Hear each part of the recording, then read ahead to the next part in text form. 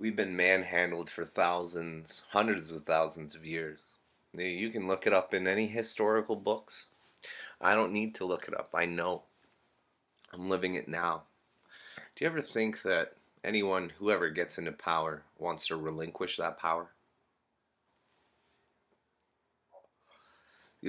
Every one of us who have children want our children to have a better life than we had.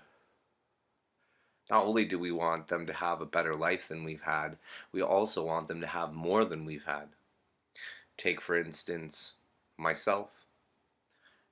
My father worked his entire life at in the industrial age and worked for a corporation manufacturing cars, and he was able to afford us a house and weekends up at a trailer every single weekend, and he was able to afford toys, the mortgage. He was able to pay off his mortgage, retire. He's able to afford my mother not to have to go to work.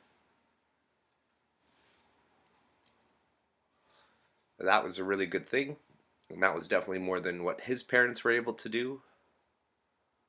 We had food, we had every clothing what we needed. Perhaps it wasn't the fanciest, and that's okay. I don't blame him. Um, he taught me that it's very important to have money, and in order to function in life, you have to have money. But the credit that's being thrown at you, you don't necessarily need to get. You actually should just save up your money and buy things that you can afford to buy.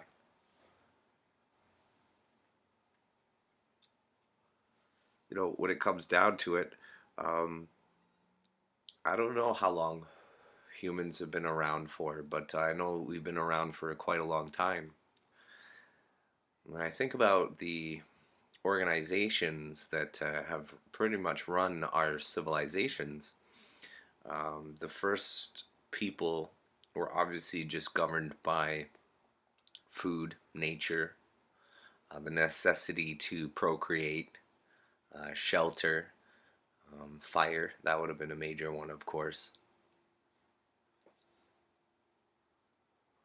Beyond that, you would eventually have families that were large enough to take over certain areas that would be more prosperous for them. So obviously they would do that for their own betterment of their family and their people.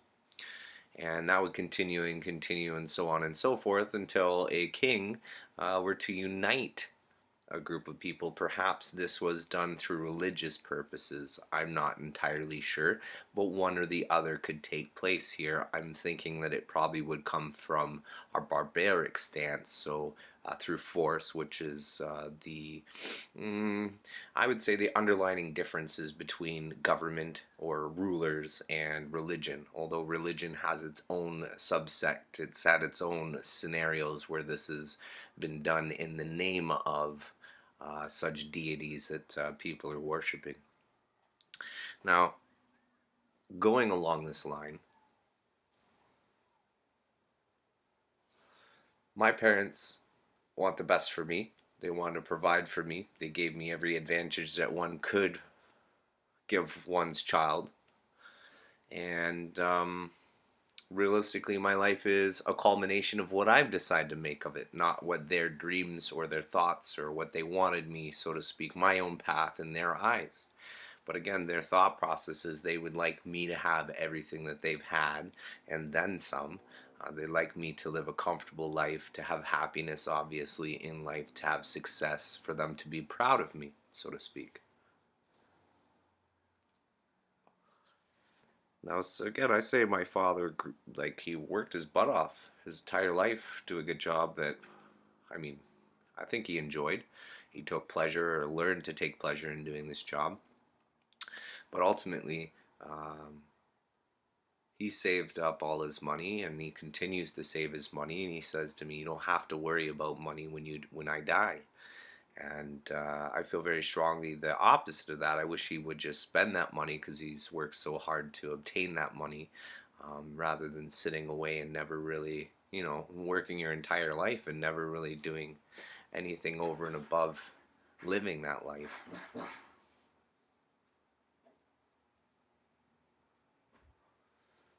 What do you think about it? You have You have tons of societies like this, tons of families like this. Civilizations have come, have fallen, but the one thing remains the same is that people were the governing factor. People were being governed, so to speak. People were being manipulated. Um, so kings and queens that came into power wouldn't necessarily want to let go of any of that power, because then it would mean their families wouldn't have money, luxuries, and that better life that we all try to provide for one another in that regard. Now, mentally, we approach this life from an eye for an eye standpoint. Basically, if you're not holding it, you don't own it, so to speak. Um, Crab in a bucket mentality. We aren't beyond the thinking of ourself and our selfish ways. We may have moments of living selfless, but for the most part, we're still a very ego-based driven society. So because of this, it's hard to say that any one ruler wouldn't devise thought processes and have councils and chambers of thinking of how they're going to stay in power, so to speak.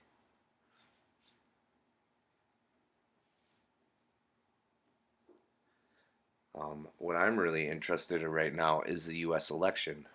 I don't live in the United States, but from looking at it, it looks insane. There's so much violence. It's a pressure cooker of society, and I'm just absolutely shocked. And I talk about these things just because I feel like talking about them, but I feel very strongly that we're getting to a point where we understand that we've been lied to as people, and we're starting to consciously be unhandled by the handlers, as people get more awoken and more viewed to these different thought processes on the internet, instead of seeking out mainstream media for the brainwashing that happens. What I really like, though, is that you can see there are certain people that are in power, and these people in power have their people that are working on behalf of them, and they're really worried right now about Trump, because Trump represents his own almost like a whole different paradigm shift. I'm not saying that it's a good paradigm shift, but what I am saying, it is a paradigm shift nonetheless. And those that have been in power for hundreds and hundreds of years, who have wealth and families amassed to this, they feel threatened, and you can see who they have their hands into, because anyone that really is realistically we see attacking Trump would more than likely be working on behalf of the governing half that rules the world. And so you can tell the other people who aren't on the in crowd of that, they are rooting for Trump. Well, you see Putin rooting for Trump, telling it's, having that happen.